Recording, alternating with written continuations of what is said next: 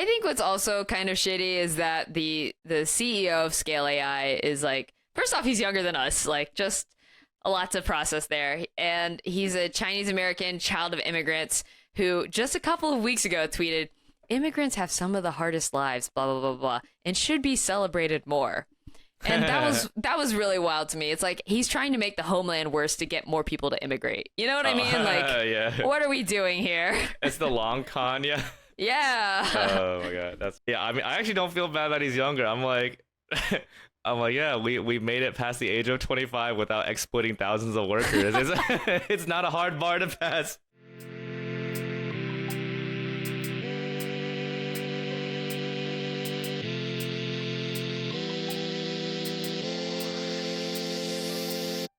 Welcome to the Politically Asian podcast. We're two Asian American comedians talking about politics and the Asian American community in hopes of getting more Asians to talk about politics. We are coming at you live from Brooklyn, New York. My name is Gerrie Lim. My pronouns are they, them, and you can find me across the internet at Gerrieyaki. That's Gerrieyaki.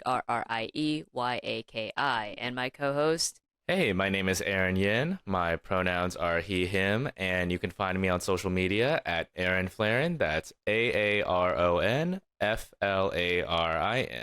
All right, we're going to open up this week's episode with our Practice What You Preach segment. So on this pod, we talk a lot about politics, but it's also important to do things. So each week we share one thing we did related to politics and organizing, and this week I will go first. So if you've been keeping up with the work saga, my coworkers and I are trying to get raises, promotions, or at least make work so not unbearable. Yeah. And they announced that we're not getting raises or promotions. So that's awful. And so my coworkers and I have been talking about what we're going to do next. And we've agreed to covering for each other. We're going to start lying on LinkedIn and stuff like that. Like, I'm going to say I'm a product designer because that's what I want to do next. Oh, shit. Okay. Yeah. So even though I can't get a promotion for that, I'm just going to put it on my LinkedIn. And then my coworkers said that they would back me up as references. We're also going to start, like, dedicating time on the clock to our portfolios. And then we're also going to try, like, taking a big vacation roughly all around the same time. So we'll see how that goes. Yeah. Okay. Damn. Okay. Sorry to hear that you did not get the promotion. So it sounds like everyone's essentially abandoning ship at this point. You're all going to scatter. Yeah, kind of. We're gonna build a nice parachute, and worst case scenario, we're gonna drag our feet and see if we can get we need to make it until like one of my coworkers goes on maternity leave. And then after that, we're going to see if we can get, like, essentially laid off. Gotcha. And is there anything else that you all can do or want to do? Or is it, like, that's it? I mean, is there any way to, like, protest the lack of promotion or do something else? 'Cause I feel like, sometimes it's, like, just because they say no doesn't mean it's a permanent no, Like, I had... I guess we had a situation where we were supposed to get like yearly bonuses in September, and then right before September came, they said we're not doing that anymore. But then all 5 people in my class, we all just like protested about it, and then we ended up getting them. Oh, okay. What did you guys do? A lot of like emails and chats to like every single one of our managers. We're split up across different managers now, but we each like said like, "Yo, what's up?" One of my teammates also just emailed the head of HR with like a very long email describing like life situation and finances and how we were really banking on this to help, cover ourselves during this difficult financial time. So a lot of different avenues of like repeated pestering, and they're like, okay, we're going to make some exceptions, and you all get to still keep those bonuses for staying here for a year. Okay, but interesting. All this to say is that, for your case, is there anything else? Are we tossing the towel too early, or is it realistically like nothing? Well, I think maybe we need to try like your avenue of pestering. But that said, this company is known for having like one of our former teammates was at the company for like 2.5 years and did not get a single raise or promotion in that time. So, I mean, they're kind of used to it. So we'll see. But that's, I mean, I guess we could try pestering. It's just that the coworker who did specifically ask for a raise was the one who's definitely put in the most work and was even told, like, she has it in writing that she could get a promotion, and then like they told her that it's probably not happening just because of finances. And y'all went to like HR and stuff already? I know normally. Yes. Okay, yeah. Sometimes HR does nothing regardless. Okay. No. Like it's like signed with HR, like her okay. email. She has receipts and everything. So. Okay. Yeah. Yeah, I mean, because like you all still have leverage, right? You're the only 3 people on this team right now. If you don't do what the copywriting and the designing, it just doesn't happen at the team level. So yeah, I feel like at some point it is like a game of chicken, like you mentioned earlier, right? Where just because they say no the first time, I feel like they're almost trying to call you out as well. It's like, let's just tell them no and see how they react. Because like if you all don't protest or do anything about it, then they're like, okay, that's pretty easy to. A little bit of like Gerrie's team is a little bit of a pushover if they don't say anything back besides okay. Yeah, that's true. Yeah, I was able to finagle more PTO out of them because I'm going to the Philippines next year, and I told them it's because like I haven't been back since my grandparents died. So can I get bereavement for that time? Yeah. Which is an extra like 5 days, which comes out to basically a week because it's 5 business days, right? Yeah. And so, I thought I wouldn't get it because, my grandparents died like over a year ago. But they said yes. But to be fair, I did kind of throw in a lot of like, what I like to say, like I threw some spice on it, like made it sound real ethnic because I was like, oh, I haven't been back to my ancestral homeland since before the pandemic, and my grandparents died, so my family would like to honor their life. Okay, yeah. Dude, yeah. You got to throw that same spice in for the money thing. I know. My ancestors got raises every year. Oh yeah, I'm sure they did. I'm sure they did. Every year. Yeah, they also had to deal with or my aunt. Yeah, I guess they didn't have to deal with that much inflation. But okay, yeah. All this to say, like maybe it's not going to work out either way. But I feel like, you got at least we gotta like, pester them. You're right. Gotta be more annoying. Yeah. Cool. All right. Well, what about you? Yeah. So I think this week the new stuff that I'm working on, it's still overall always with the same group, like Youth Against Displacement, Chinese Staff and Workers Association. We're kind of revisiting the fight against some of these mega towers on the Lower East Side. Okay. So earlier, back in like May of this year, we had like raised enough money to file a lawsuit with the Asian American Legal Education Defense Fund, like ALDEF. I just call them ALDEF all the time. I forgot what the acronym actually stands for. But it was protesting these, like these luxury mega towers that are being built on the Lower East Side. Protesting them because, like, when they are built, they will lead to a lot of displacement in the area, like higher rents. Like luxury housing has a tendency to do that in the neighborhood, and we see that with the first one already that was already built on the Lower East Side, like One Manhattan Plaza. Yeah, we talked about big tower. But this lawsuit, it was a little bit weak. Like it was talking about like the environmental impacts, like air quality. A lot of 9/11 survivors there, because like New York does have like Clean Air, Clean Water Acts that you can file under as like an environmental racism thing. But I think when we filed this lawsuit, a key thing that we were missing was which I think is the most important one, is stuff about how these new towers will affect the structural integrity of the building. Because when the first big tower was built, like the nearby affordable housing units, their floors were all getting slanted, the walls were like cracking a lot more, brief periods of like the water changing colors. And that's also like happening right now. Like it was happening to the newer buildings when the developers were trying to build the new towers before the lawsuit got filed. So we see similar aspects of that structural thing, but it's really hard to get some like engineer to concretely say this will 100% damage the building, right? Everyone's afraid to say that because they work with developers to construct buildings. So right. Long story short, that lawsuit got turned down, which was sad. But the good news is that because of all the pressure against the developers, his name's Joe, like Joe, and then Chetrit is his last name, Chetrt. he basically can't get any loans right now or any money to build the buildings. So I think the good news is like the towers still aren't built, even though they were supposed to be built now, I think like 3 years ago. Oh. And he has no money to start the process. And so I think in organizing, that's like considered at least a temporary win. But I think right now the group we're going to meet very soon to talk about like, well, what can we do in this meantime to actually concretely get a win? Besides appeal the lawsuit, like what else can we do? So that's kind of like where my headspace has been regarding like displacement stuff this past week.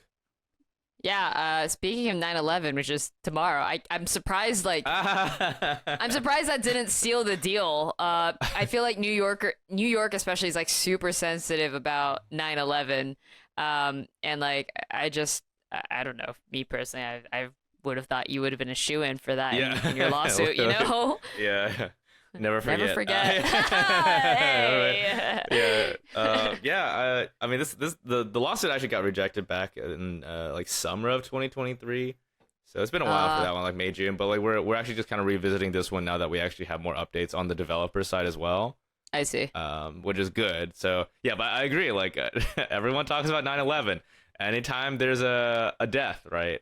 Everyone talks about what fraction of 9/11 death was, you know? Like it's because it's the only thing that Americans can like really visualize for some reason. Yeah. And I feel like it's always like a shoo-in for I don't know, less so now. I feel like I've been reading about there's like this tower that's going up or something that they're trying to turn into affordable housing, and like organizers are advocating, it should be 100% for, it's like near the 9/11, like the site of 9/11. Yeah, and so that they're makes like, sense. like victims of like 9/11, the families, they should get 100% affordable housing. Like that's what the entire building should be for. And developers are like, maybe not. How will we make a return on investment? You know? Yeah, exactly. ROIs and right, and it's over if they can get away with like a building that's near 9/11 but doesn't help 9/11 people. Like it's over. Yeah. For now, at least, I know it's a really hard struggle for that one. I know Jon Stewart's been doing so much for like 9/11 survivors, but yeah, I mean it's a very long uphill battle for that kind of thing. It seems like never forgetting is I know, people are forgetting. Yeah. But yeah, that was my week. All right, cool. Well, congrats on the at least temporary win. Yeah. I mean, I feel kind of annoyed, because with general like news about politicky stuff, everyone wants to hear like the big win, right? Like we did stop them, it's over, right? But it's not like that, right? Normally it was more like a lot of ups and a lot of downs, and hopefully the ups and downs kind of still trend upwards over times in the direction of progress. But like, so to me this is like, it's a decent win, but it's not finalized, so it's like half and half, Yeah, I get that. I would be annoyed if this was a plot point in a Marvel movie for sure. Like if they just like partially stop Thanos, it's like, okay. Yeah, literally.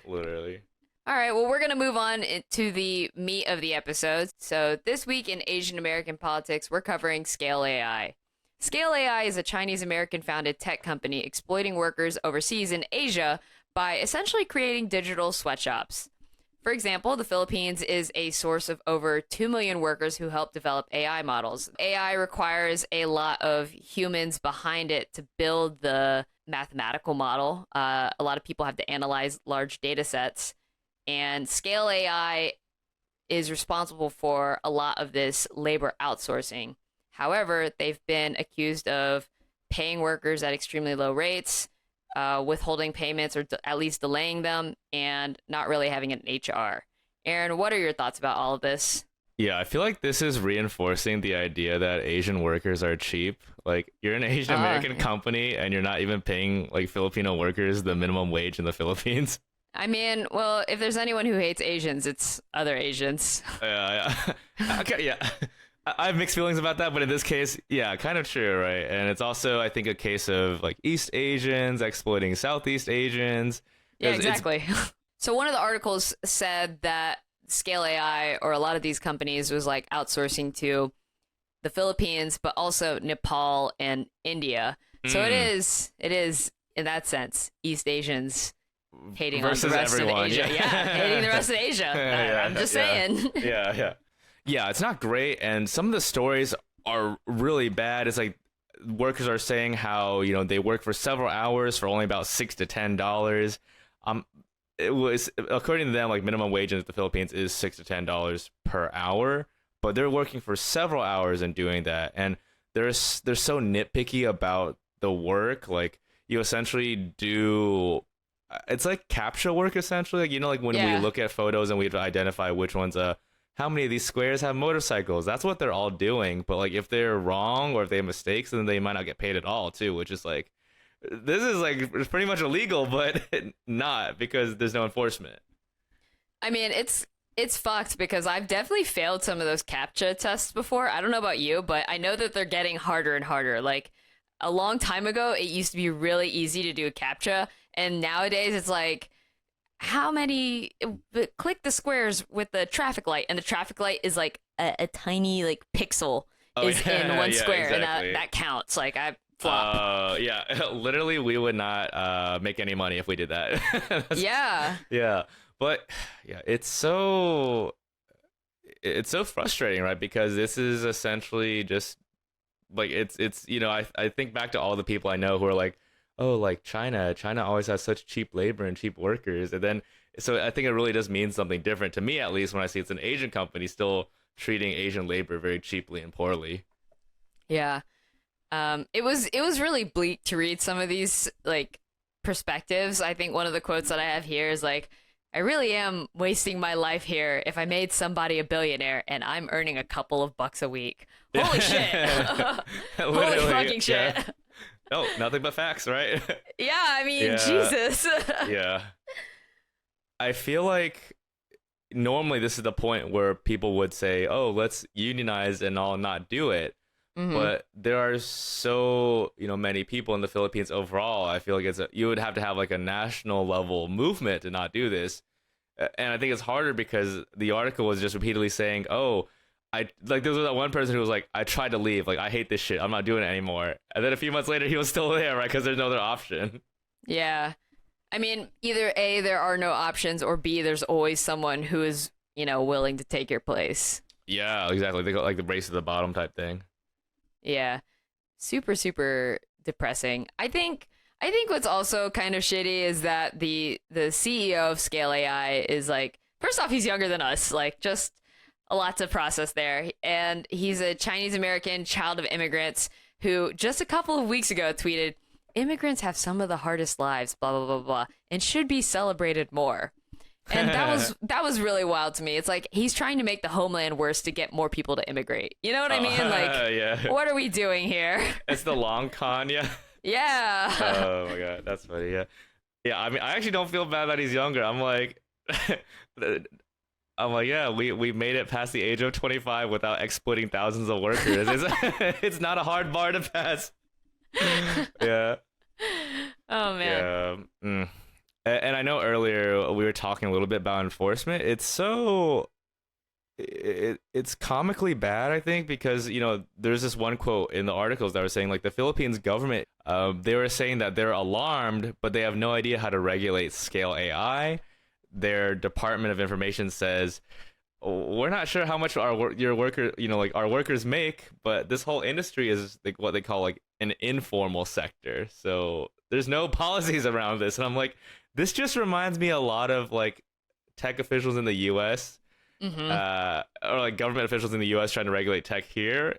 It is just like a similar level of like incompetency almost when it comes to this. Yeah, a similar level, but they're not even getting like paid under the table for it. You know what I mean? Like, it's, you're not even getting Mark Zuckerberg to pay you for fancy dinners or anything. So yeah, why? Yeah, my hot take is that I think even if they did know how to regulate it, which they could just say, we're not going to allow this company to, siphon workers in our country. I think even if they could regulate it, they wouldn't. The Philippine government is famous for, exporting labor essentially. And now they're like, ooh, we get to keep the people and outsource the company that like uses okay, right? Yeah. Like now the company, we don't have to go anywhere. This is great. Yeah. So they love it. If anything, they will go after the company because the people aren't getting paid, and that money that's not getting paid isn't coming into the Philippines. That's the only reason I think the government would actually care. Yeah. I mean, that's basically what's happening right now, right? Like, Yeah. I guess what's stopping them then? Yeah, I don't know. Yeah. It's I think overall it's a pretty interesting thing, like you mentioned. Like AI, we always talk about AI as this solution for humanity's problems, but behind AI there are literally thousands and thousands of like exploited Asian workers in this case. Like, and they're saying how AI always changes, right? Like if we have like if we do AI for cars, right, like detecting stuff on the streets. But let's say there's like a new type of vehicle on the streets one day, or like a new type of like baby carriage or stroller, right? Then you have to have thousands of people like identify that very, very specific thing to label it correctly. Yeah, okay. Well, this is to the Asian workers who train the AI models. Maybe you can like train the Terminator robot to not kill Asian people. That would be much appreciated. Yeah. It's what I mean, they have a lot of big clients right now. Like the U.S. military is one of the biggest clients crazy. of Scale AI. Yeah, I'm like literally, yo, I know the military is kind of investing in all those like robot dogs, like the police dogs. Oh yeah, yeah, that's a good point. And Boston Dynamics has the backflipping robots all the time. And I'm like, Oh, I was thinking about it like from a drone strike angle. Like, the drones are even more automated. Yes, that's true. That's true. Wow, you're so right. That's it. Wow, that's actually a better point. Yeah. That's a wild connection to make. Scale AI, hire me. Yeah. Like literally, wow. I mean, it's so morbid, right? It's like the people in the Philippines in this case or elsewhere, like they're just looking at pictures of human faces, not knowing the context of the project, and it's being fed into like the drone that's killing. Like that's wow. Yeah. Oh Jesus, that's really bleak. Yeah. Dude, I went to the MoMA yesterday, and there's like an exhibit, an entire exhibit that's dedicated to the labor behind AI. Oh, wow. Okay. Yeah, I think you'd really like it. They had a video about like this guy who went to Google, and he was talking about like how at Google they have almost like a tier system for the employee badges, and it was so dystopian. They talked about it like, oh, like if you're a full-time employee, you get all the rights, you get all the perks, you get to use the Google limo, which is just the Google bus that takes you around the campus. Google limo. Lunch, all that stuff, and then below that is like the interns, and then below that is contractors. So that was the guy who made the video. He was a contractor. He was talking about like, okay, I don't get stocks, I don't get to go on the ski trip, but I get free lunch and I can go on the Google limo. And then below that is like people with, I think, red badges and those are the people, the contractors who specifically work on like these guys, like they're training the AI models. And he was like, yeah, they have like no rights. They have to like, they can't use any of the amenities at Google. They're only allowed into certain buildings. And they're given like the name ScanOps, which feels very was that like 1984? You know, like the Ministry of. Oh yeah. Yeah, it was wild to just watch that. It was like a day in my life, but dystopian. Yeah. I'm surprised the MoMA has that. I'm like, yeah, that is very modern art right there.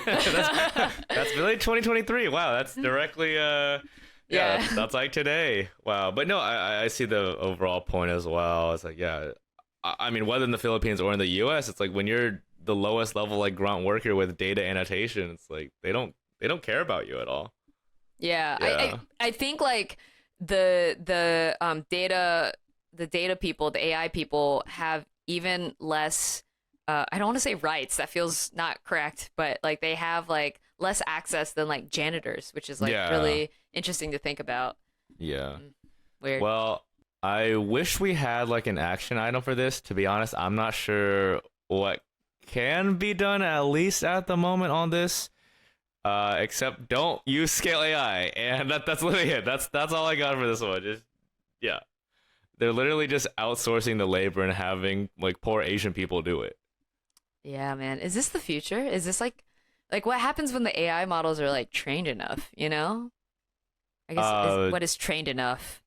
Yeah, exactly. Because like there's always going to be a new thing. So I don't think there's ever like an official end, but there might be slightly smaller requests.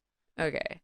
All right, let's go ahead and move on to our second segment. So for this second piece, we're talking about Oprah, The Rock, and Hawaii. So Oprah and The Rock are getting absolutely flamed for their recent donations to Hawaii.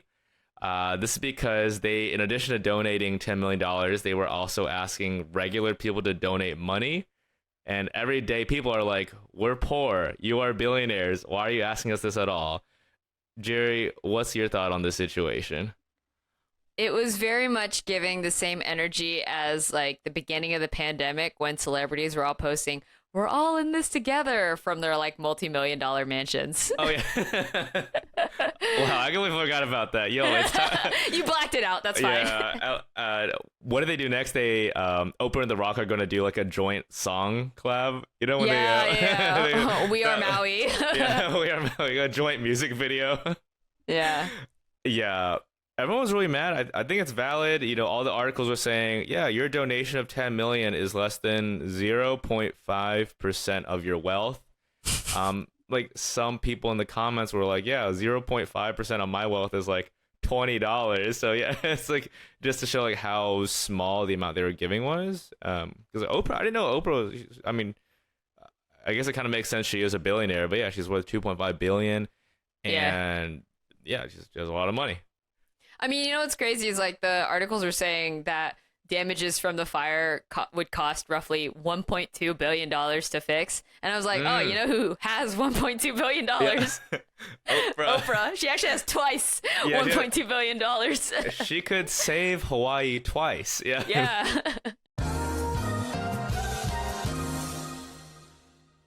Hey, if you're still listening to this podcast, please consider pausing and giving us a 5-star review on whatever app you're listening on, whether that's Spotify, Apple Podcasts.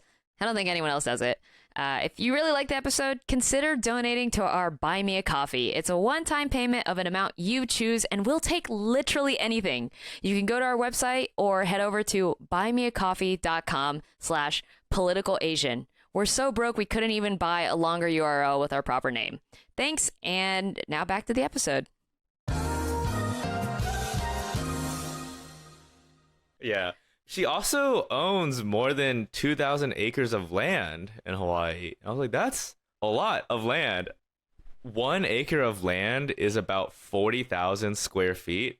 And for context, it's like the room I'm in is about 200 square feet. So it's like really small. But I'm like, Oprah could easily start letting more people settle in on her land and give it away, right? Like classic Oprah style. It's like you get 1 acre and you get 1 acre. That kind of thing. Yeah, I saw that in the comments. People were saying like, Oprah, you know how you could help is you could give all your land back. Yeah, literally. I think it's really telling that Oprah has turned off all her comments on Instagram. It's not just that Instagram post where she announces it. Across her Instagram page, no comments whatsoever, because she was just getting flamed so hard. Yeah, and it's also really funny because when you click on the donation link in her bio now on her TikTok page, she's only raised $743 through that link directly. Really? Yeah. If That's you her money. That's actually her money. Yeah, literally, it's all Oprah just spread across 20 different people. Not Oprah. Yeah. New person named like Popra Pinfree. Nopra. Nopra, yeah. Yeah, and on the original video, when she released that video, she raised about like $4,000 at that time. But like overall, it's like across these posts, you've only raised $5,000, which I think speaks to the fact that most people, they're either donating to, I think, like more legitimate sources and not your like newly created nonprofit charity thing just for this. And then second of all, people just don't agree with the fact that they need to be donating to something if you're the one starting it and you're so rich. Yeah, it's just another. Isn't this just another tax shelter for her? Like literally. I'm confusion. Yeah, because I was also thinking that, right, when you donate to charity, you can mark that off at least partially for deductions, right? So yeah. I feel like anytime a rich person is doing charity, to me, I just see that as I'm trying to save money in a different way. Yeah, I guess like at that point, like why not just donate 1.2 billion to like, I mean, you just think of just file it under like renovations, you know what I mean? Yeah, literally. I think what's funny also, this is a small thing, but it's just when she calls it like the People's Fund, I'm like, Oprah, you're not even from Hawaii. Like, I like know. you don't even go here. What are you talking about? People's fun. I don't know. Who are the people? The people, the $753 worth of people? Like, Yeah, what are we doing? I the don't know. celebrities. I think my takeaway is that bullying works. I feel like, they just got bullied so bad in regards to like their post. It works. It works. It Yeah. works. I mean, it's still up and she's still collecting, but I think she's not going to invest anymore in it. But I hope that she actually does give away some of her land. I mean, like, we read about all these tragic stories where, a lot of the wealthier people in Hawaii, typically the tourists, actually, right? Mm-hmm. I think it's great to see just like the average person call out bullshit. Like I feel like that's always reaffirming for me in some way to see people call billionaires out on their bullshit about like asking for money when the billionaire could easily just fix the problem themselves. Yeah, exactly. Yeah. Especially because it's Oprah, right? I feel like that Yeah, that is kind yeah. of shifting something, right? Like, people are like, "Oh, I love Oprah. She's good." But if people are calling her out, maybe that does show like a generational shift. Yeah. Maybe it's like Rihanna or Beyonce next. I feel Oh like God. it's like I've seen those videos. I've seen the videos where like people like analyze guillotine all billionaires. Yes, this includes Beyonce and Rihanna. yeah, literally. Oh man. Okay, we're moving on to our next topic, which involves the Stop Cop City movement in Georgia. Is ACAB covered by free speech? Georgia says no. So in Georgia, there's like this massive effort to paint the Stop Cop City movement as like this criminal enterprise, and the local government is doing it through RICO, which is Racketeer Influenced and Corrupt Organizations Act, which sounds made up. It's a federal law that provides extended criminal penalties for essentially anything they claim is a criminal organization, and the local government is accusing Stop Cop City movement as that criminal enterprise. And 5 organizers of Stop Cop City / Defend the Atlanta Forest broke into a construction site for Cop City and chained themselves to a bulldozer. A lot going on here. Aaron, what are your thoughts? Yeah, they're giving out criminal charges for people who are, quote, doing mutual aid and zines and a broadly labeled collectivism. And I'm like, yo, if this happened in New York, like all of Brooklyn would get this RICO charge. Oh, So yeah. I was like, yeah, they're just showing, I think this is what a lot of lawyers are saying, like a misuse of the RICO Act. Yeah. Like they're trying to use this for, I don't know, like the mafia or something, or like gangs or something like that. But like you're literally just labeling the entire ACAB movement as like a crime syndicate or something. Like this is the latest Mission Impossible villain or something, Tom Cruise versus ACAB. I don't know. Tom Cruise versus ACAB. Yeah, I mean, I can see it. I can see it. Hollywood is that desperate for ideas. I can see it. The Mission Impossible line, yeah. But yeah, it was really frustrating to read. What did you think about it? I mean, I agree with you. Like, the entirety of Brooklyn would be arrested. I mean, just having to fold up and discreetly pass a Venmo QR code to support someone for their top surgery, or like, ooh, a community fridge, criminal enterprise, free food, scary. Yeah, it's stupid. It's ridiculous.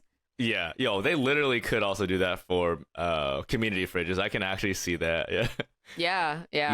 You know what's cold? This community fridge. You know what's also cold? The cold bars of prison. I don't know. Yeah. I mean, we've covered on the pod before. It's just like this is like a really big example of like how you can twist the law to serve the oppressors essentially, and uphold the state's will. Blah blah blah blah blah. Yeah. It's just Speak on wild. it. I mean, it's just wild to see what they would have done to like the organizers of like the past, right? Like Martin Luther King. Like I mean, Jesus. I feel like this is essentially a repeat, right? Because they're really going at all angles. RICO really also targets your finances. Like there's 20-year prison sentences as penalties, but they're also just trying to seize all of your money, like literally your bank accounts, your earnings. And I think the first steps were actually back when people first got arrested for protesting Cop City. There was this thing called the Atlanta Solidarity Fund. It was like a classic bail fund where you raise money to get people out of jail. Even the organizers of that got arrested for quote criminal activity. So it's like yeah, it's really messed up. That's wild. I wonder how they get caught. Like, just put your Venmo charges on private, you know? Yeah, literally. Yeah. $500 for ice cream. Yeah. Ah, no Yeah. bulldozer emoji. Yeah, no, yeah. And other ones, they had. So I'm still thinking about the Venmo charge. Like, Yeah. $30. Pig emoji, Yeah. bacon. Yeah. Fire emoji. Yeah. It's like pig emoji and then sandwich, like pork sandwich. Yeah. Yeah. Yeah. Yeah. But it's, Oh, man. I'm like, that's unheard of, right? Because in New York City, we have tons of that kind of stuff going on all the Yeah. time, right? And like, I'm glad New York City doesn't put put RICO charges on everything. I just think they wouldn't be able to. Like, they could say it, but it's like the same way they handled marijuana before it was decriminalized. Like, oh, what's that smell? Oh, well. Yeah. Yeah. Yeah. Other stuff about this the actual the RICO the document. There were some screenshots of a few, like one person had signed his name as ACAB, and that's what got him charged. Oh, no. Bro, like, what happens if my name's actually ACAB, dude? Like, like, yeah, my parents named me after the movement. Like, what you got? Like, is that a crime? It actually means assigned cop at birth, so I don't know what you're so mad about. That's funny. Like, yeah, but the good news is that these charges are not final, right? Like with anything else, they have to be brought to court, so it might be a while. And some attorneys are already saying that for the most cases, they won't be able to do anything. It's like pretty weak evidence, but the harder ones might be like, yeah, if the people actually did go in and break stuff, but Yeah. we'll see. Yeah. I mean, it's also wild to read, like, what the cops are actually doing in retaliation. So, the whole, I was, like, reading the article, and they were saying that, the criminalizing of, like, zines and, like, saying certain words is freedom of speech, for example. Yeah. And then there was, like, a documentary crew that, like, tried to fly a drone over Cop City. Oh, yeah.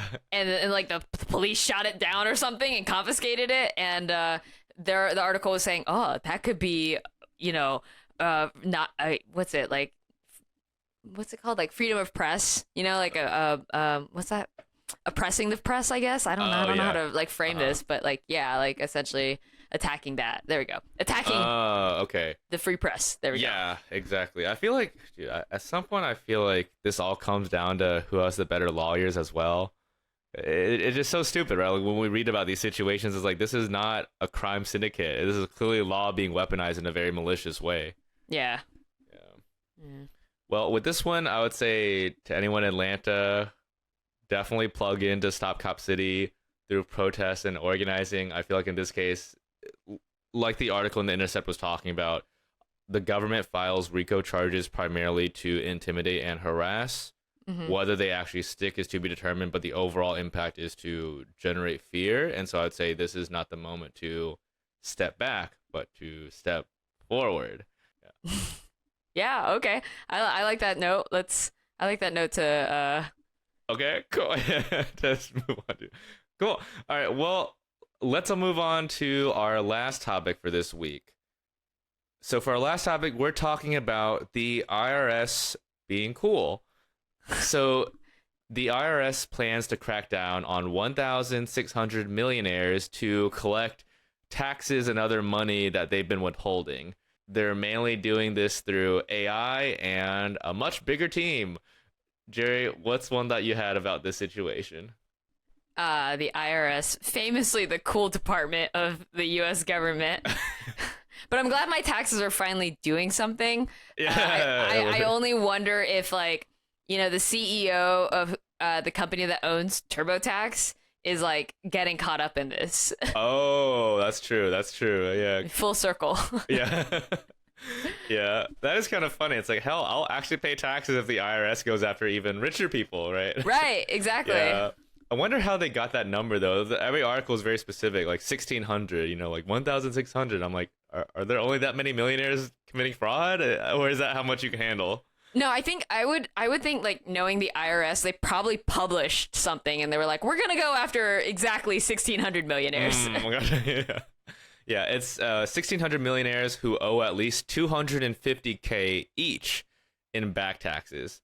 So that is actually a lot of money when you combine the two together, right? Like if they are all successful, let me just quickly pull up this number. That adds up to $400 million.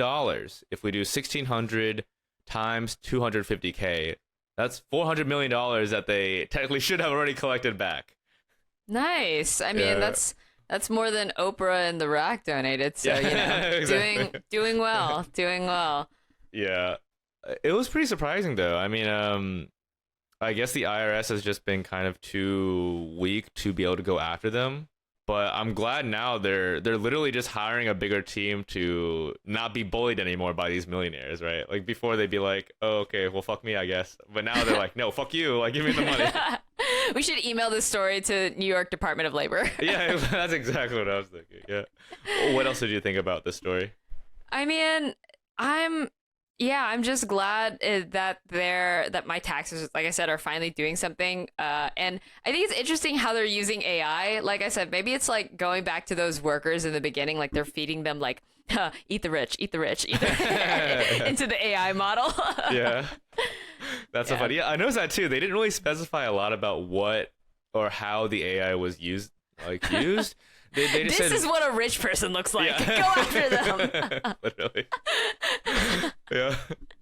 Oh my god. They just feed you like thousands of images of like Bill Gates and Mark Zuckerberg. Yeah, exactly. Yeah, they have the AI I mean, slowly detect. hey, I mean, they are mostly white men, so Yeah. you don't have to train it too hard. That is true. Whatever they said, they labeled it very broadly as, oh, like with our AI, we are able to detect more patterns with the data we have, or like these are people who are very likely, doing this, and we are going to go after them. That's cool overall. I also just didn't realize that overall, the IRS found that 2 years ago, 2021, the top 1% of U.S. income earners failed to report 20% of their earnings to the IRS. Oh, that's not surprising. It's That's happening. not surprising. Yeah. So like they clearly know it's a really big issue, but that led me to think, okay, so you're going after millionaires right now. When are we going after the billionaires? Right. Yeah. I mean, they could start looking over at Oprah's Hawaii. Literally. That's probably like a lot of her taxes right there. Oh, wow. Oprah I'm not surprised if you're like Oprah offshore bank account. OOBS. Yeah. Ah, yes. Yeah. I will say what was interesting about this article with the LA Times was that they kept mentioning a bunch of like organizations, and they were primarily conservative. Did you see that? Like it said Conservative Americans for Tax Reform and the right-leaning nonprofit Taxpayers Protection Alliance. Because like when I think of like right wing, it's usually like, oh, we hate taxes, like boo the IRS, and it's just like, oh, what are you guys doing? Yeah.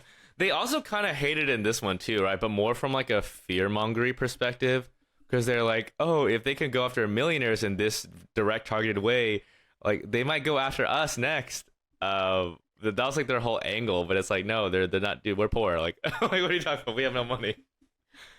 Well, they said they would go after like middle income, and I was just like, okay, so the taxes would be proportional because a middle income American is not making 250,000. Like it's not. And then, but no, like the Taxpayers Protection Alliance, it said every business and every person should pay their taxes. Full stop. Oh. Gasp! Hot take! Yeah. I can see the angle where it's like, I really believe in pulling yourself up by your bootstraps, and so that's why I don't like some people like cheating by hiding how much they owe or don't owe. Yeah. If you were a true patriot, you'd pay your taxes to help this country. As an Asian, if we didn't have tax auditing, we would not have everything everywhere all at once. I'm just saying. That's funny. That's so funny. Oh my god. Oh yeah, the IRS wasn't. Yeah, that was like the whole plot of the movie. Oh my it god. like took place in the IRS building. Yeah, that's who they hired. It's like all the characters. Deirdre. Oh, Deirdre. Yeah. I'm looking forward to it. Definitely one of those things where it's happening soon because they say that they're hiring dozens of revenue officers for 2024, which is only in 3 months, right? And then they're going to spend the entire year to do it. The fiscal year ends in October, so they have like a solid, I guess, 10 months from before October 2024 when like they're hiring them in the beginning of January. Essentially, was what it sounds like. Oh, nice. Okay. Yeah, so Well, it's I all have 10 somewhere to months. go. I have somewhere to go for a new job. Yeah, nice. Oh, like, literally. Yeah, but yeah, it's funny because I remember John Oliver published this segment on the IRS a long time ago and how people really hate them. Because they go after them, like everyday people, like for money, right? For like tax evasion. Yeah. And so people would mail them checks with like spices and mustard and like try to like in the actual envelopes just to make their job extra hard and tedious. Jeez. And I'm like, maybe something's changing right now. I don't know. That's so scary. Like, imagine you're just like a tax auditor and you open one and it has like fucking anthrax in it. Oh yeah, literally. Yo, I mean, mustard on the other hand, it's like, yo, maybe if I have a hot dog that day, it's not too bad. Yeah. Oh, put someone's like check in my hot dog. Sure. Yeah. Thank you. Yeah. All right. Well, I feel like I feel like the IRS actually doing something good is a great place to end this episode. So that's it for this episode. If you could give us a 5-star review on Spotify or Apple Podcasts, wherever you listen to this podcast, it's free and takes literally a second. Otherwise, you can follow us on all the social medias, Instagram at Politically Asian Podcast, X, or the website formerly known as Twitter at Politic Asian Pod. We're also on TikTok at Politically Asian Podcast. I think that's everything. You can also send us fan mail at politicallyasianpodcast@gmail.com. That's it. And until next time, Bye.